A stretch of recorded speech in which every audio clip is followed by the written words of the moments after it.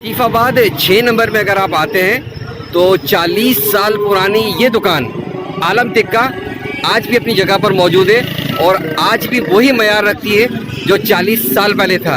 और यही वजह है कि 40 साल से अपनी जगह पर मौजूद होना ये भी कमाल की बात होती है।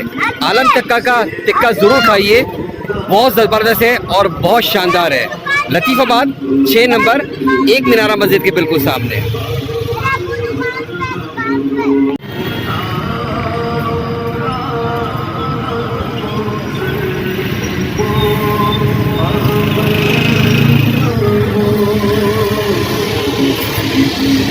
कितनी पुरानी दुकान है ये आपकी?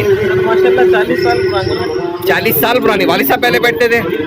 अच्छा अच्छा, बात भी करनी। जगह कौन सी आपकी है? जगह 6 नंबर लतीफ़ाबाद इदारे अमर के सामने वाला रोड अपोजिट मस्जिद की है। अच्छा, स्पेशलिटी आपकी टिक्का ही है जो है ना बर्गर? बाकी भी आइटम सारे सब माशाल्लाह बेहतरीन होते हैं, प्राइस भी होते हैं। अच्छा, ऑन डिलीवरी भी है? जी सर।